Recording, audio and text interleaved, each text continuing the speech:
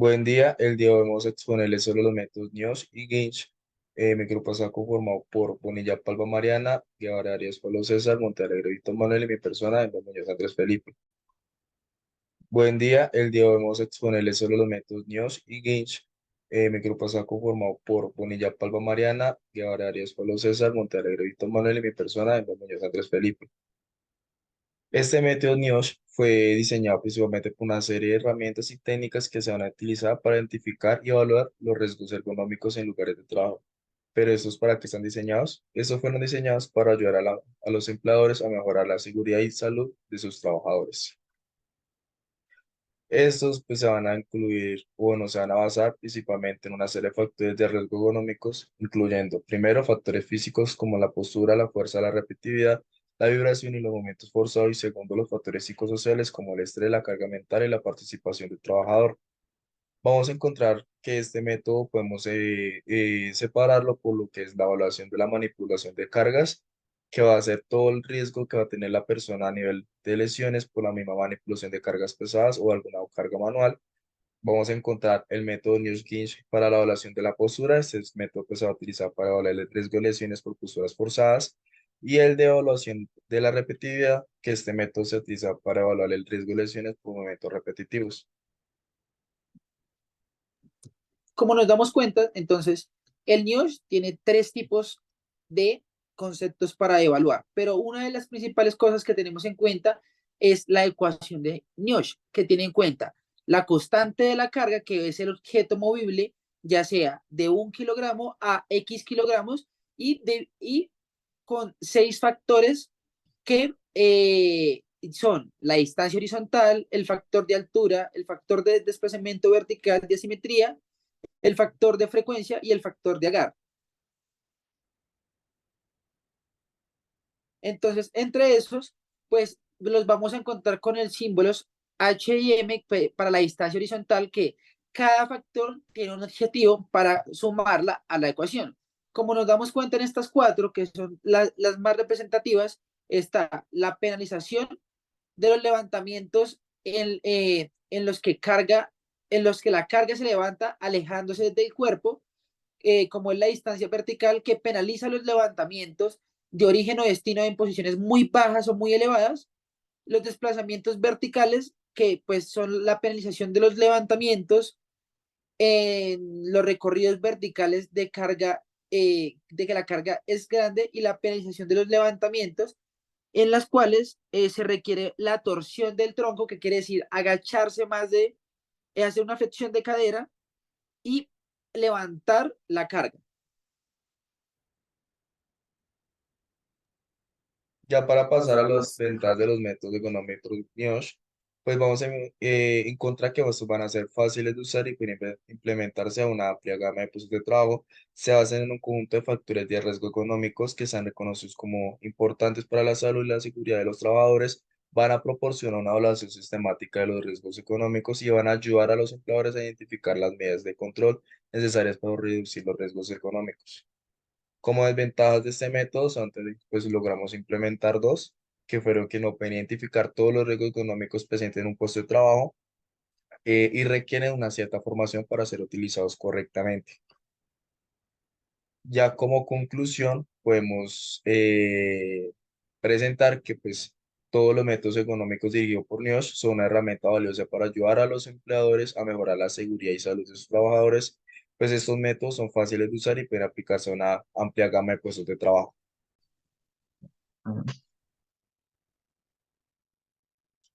Ahora, para hablar del método GINS, que es una guía para el levantamiento de la carga del INSHT, este se encarga de la evaluación del riesgo por manipulación manual de cargas, publicado por el Instituto Nacional de Seguridad y Higiene en el Trabajo. En su guía técnica para la evaluación y prevención de los riesgos relativos a la manipulación manual de cargas, este instituto, ahora llamado el Instituto Nacional de Seguridad y Salud en el Trabajo. Como objetivo, tiene valorar el grado de exposición del trabajador a riesgos en los casos de levantamiento y transporte de carga, establece el nivel de riesgo detectado, también busca proteger el trabajador de posibles lesiones derivadas de la manipulación de la carga, evaluando con especial cuidado los riesgos que afectan más directamente a la espalda, en especial a la zona dorsolumbar. Acerca de este método tenemos que primero es ideal para evaluar tareas susceptibles de provocar lesiones de tipo dorsolumbar, y orientado también a la evaluación de manipulaciones que se realizan en posición de pie. También realiza algunas indicaciones sobre los levantamientos realizados en posición sentado que podría orientar al evaluador acerca del riesgo asociado al levantamiento en dicha postura en cualquier caso de que sea inadecuado. También nos dice que el riesgo es una característica inherente al manejo manual de cargas y ningún resultado aceptable evitará el riesgo ni podrá garantizar la total seguridad del puesto mientras exista manipulación manual de cargas. También solo será posible atenuarlo corrigiendo según el caso, el peso y o las indicaciones de levantamiento. Esta guía señala que se debería tratar de evitar la manipulación manual de cargas, sustituyéndolas por automatización o mecanización del trabajo. También nos habla de acerca del resultado de la evaluación clásica del levantamiento y nos divide en riesgo tolerable. Es en función de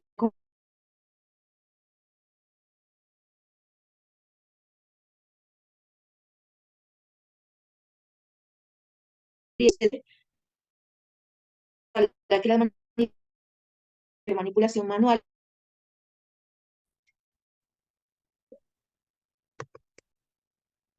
Ahora, para hablar de la aplicación del método, tenemos 13 pasos de aplicación. El primero es considerar la aplicabilidad del método al caso de evaluar. Este debe establecerse si el caso que se pretende evaluar reúne las condiciones para aplicar el método. Por ejemplo, debe existir manipulación manual de cargas y que el peso de la carga sea superior a los 3 kilogramos. El segundo paso es considerar posibilidades de mejora previas, por ejemplo, considerar la posibilidad de la automatización o mecanización de los procesos o también introducir ayudas mecánicas. El paso número 3 es recopilar los datos necesarios sobre la manipulación de carga, que es lo que está basado en la guía. Entonces nos pide que sea necesario recoger ciertos datos para la manipulación de la carga. Entonces está el peso real de la carga manipulada por el trabajador. También nos habla de la duración de la tarea, posición de la carga con respecto al cuerpo, el desplazamiento vertical de la carga, la altura a la que se va a elevar, el giro del tronco, el tipo de agarre de la carga, la duración de manipulación, frecuencia de manipulación y la distancia de transporte de carga, que pues la vamos a hablar más adelante. En la aplicación del método, el paso número 4 está identificar las condiciones ergonómicas del puesto que no cumplen con las recomendaciones pues, para las manipulaciones seguras. También está determinar si existen características propias o condiciones individuales del trabajador que van a condicionar la tarea. Especificar el grado de protección requerido, es decir, el porcentaje o tipo de población que desea proteger al calcular el peso límite de referencia. Como séptimo paso está calcular el peso aceptable o el peso límite de referencia, que más adelante también vamos a hablar de él. Está como octavo comparar el peso real de la carga con el peso aceptable, determinando el riesgo asociado al levantamiento, pues como hablamos anteriormente, sea tolerable o no. También está calcular el peso total del transportador, analizar el resto de factores ergonómicos e individuales no incluidos en el cálculo del peso aceptable, y está establecer medidas correctoras que corrijan el posible riesgo detectado, aplicar las medidas correctoras hasta alcanzar niveles aceptables de riesgo, y por último, en caso de haber realizado correcciones en tarea, evaluarla de nuevo con la guía para comprobar su efectividad. Empezando con las variables, vamos a hablar del peso aceptable. Entonces, el peso aceptable es un límite de referencia teórico y parte de un peso teórico recomendado. Esto depende de la zona de manipulación de la carga respecto al trabajador calculado en condiciones ideales de manipulación. Entonces, el peso aceptable habla de que el peso real de la carga es mayor que este peso y el levantamiento conlleva un riesgo que debería ser evitado o pues corregido. Aquí nos muestra una gráfica en relación de la altura o distancia vertical y la separación con respecto a la distancia del cuerpo en horizontal. Entonces, según la posición en la que debe de estar cerca al cuerpo, debe tener una carga.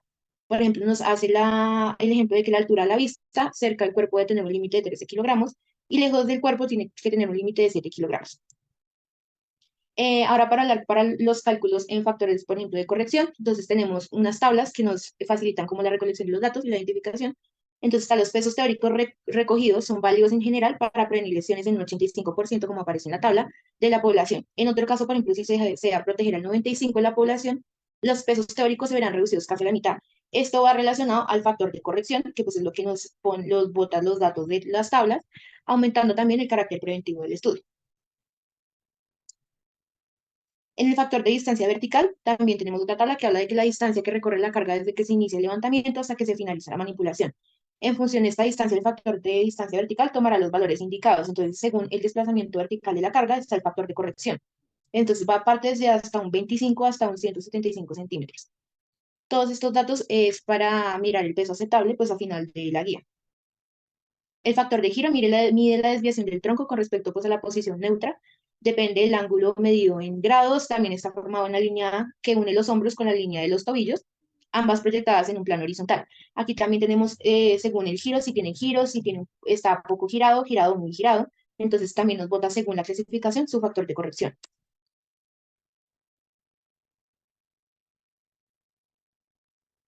Ahora, para hablar del factor del agarre, pues el factor del agarre va a mirar la calidad de cómo se va a agarrar la carga. Entonces tenemos la clasificación en tres, como bueno, regular y malo, con un factor de corrección de 1, 0.5, 0.95 y 0.9.